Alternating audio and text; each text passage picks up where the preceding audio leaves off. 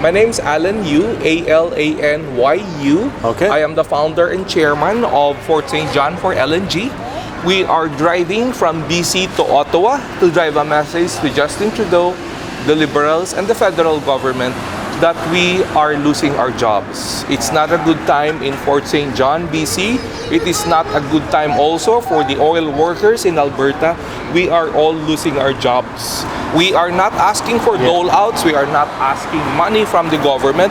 What we are asking for is a simple yes to an LNG plant in the Northwest so we can use more of our natural gas, liquefy it, export it to Asia, and help clean their air. And Okay, so what's kind of standing in your way here? Because I know the Liberal government has certainly not been pro-oil. yeah, that is a big problem. There has been a lot of delays. There is a plant, LNG plant, the Pacific Northwest. They have been waiting for environmental approval for more than 3 years now. They promised that the environmental process, the clearance would only take a year. That was more than 3 years ago. And we were waiting for an approval May 22nd this year. And then they delayed it again. And in those few months, a lot of people have been laid off again in Fort St. John. A lot of people are losing their homes because they cannot pay for their mortgage anymore. A lot of people are losing their businesses because there is no economic activity. Yeah. So what do you think of Trudeau's, I suppose, attack on oil and his involvement with the Saudis? Because there is kind of a partnership going on between Trudeau and the Saudis. You know, it's very unfortunate that our Prime Minister Justin Trudeau would rather buy from the Saudis than use Canadian oil and gas. Canada, or Quebec, and the eastern part of Canada imports a lot of oil. They use, I think, 90% Saudi oil. They import around $32 million a day of Saudi oil, when Canadian oil is cleaner and it's also domestic. We are spending 13 to 17 billion every year buying Saudi oil. When we have them here in Canada, we like our ketchup to be domestic, but we don't like our oil to be domestic. Our oil here in Canada being processed is a lot cleaner than the oil in Saudi Arabia. So it's interesting that Trudeau, who of course calls himself a feminist, is supporting a country like Saudi Arabia that has one of the worst human rights records in the world. Of course, rape, beat, murder, and enslave women in Saudi Arabia. And, you know, he's supposed to be the kind, progressive, you know, nice guy who's friendly and all that, but he's supporting these people. And then it's the worker in Canada that seems to be suffering the most from this, because of course oil is the main commodity in Canada, and once oil goes down, so does the economy. Yes, very true. We are down at the moment because we are not producing enough oil. So I'm glad that you mentioned that, and you let your viewers know of the human rights record of Saudi Arabia. Why would a government buy from Saudi Arabia when we have domestic oil? What we need is to get our oil to the market. We would like to have a pipeline going to the east so that the entire nation of Canada will be able to use domestic oil. Well, what do you think of, in Alberta, of course, Notley has not been kind to the oil sands, has not been kind to the oil industry at all, and same goes for Trudeau. And do you think this is almost like a purpose, this is on purpose, like some kind of controlled collapse of this industry? Yes, like a force? They are actually driving the Canadian economy down.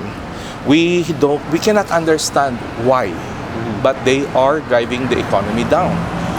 All this, you know, the carbon tax, the difficult environmental processes, and well, these are all adding to the cost of having business in Canada. Soon we will be very uncompetitive. We have lost already the labor advantage. All of the things that we buy now are from China. Our manufacturing is not that great anymore, and now, even on the high-tech products and then the normal product, the one that uses technology, we are going to be very expensive because of the carbon tax. We are going to be expensive because of expensive electricity. Just an example is the Ontario. Yeah. They want to be green energy, and yet the cost of their electricity is 70% higher than the rest of Canada. Yeah. How can their businesses be competitive? Absolutely. And one quick note, he mentioned the carbon tax. The carbon tax it has been tried in Norway since about the early 1990s, and the carbon emissions have actually gone up. It is unjust, and beyond that, it doesn't work. And it actually causes more problems than it solves, and it's just a money grab. So what is one thing that you would like if Trudeau came out today, which of course he probably won't want to confront any of us, but what words would you have for Justin Trudeau if you were to speak with him? Okay. Canada only produces 1.7% of the greenhouse gases in the world. And yet, we are letting our businesses, our citizens suffer because of greenhouse gases. We are a carbon neutral country. Even if we produce around 5% of the natural gas, it will be a carbon neutral country because we have a lot of trees. Also, by exporting LNG and natural gas, if they get to use it in China, they will be able to save a lot. China produces almost 25% of the world's greenhouse gases. Also, to cite an example, there is a tiny LNG plant in Delta. They will be soon exporting LNG to Hawaii. And by using natural gas in Hawaii, they will be cutting down on their greenhouse gases. Even Hawaii recognizes, they say that using natural gas to generate electricity is equivalent to taking out 80% of the cars in Hawaii.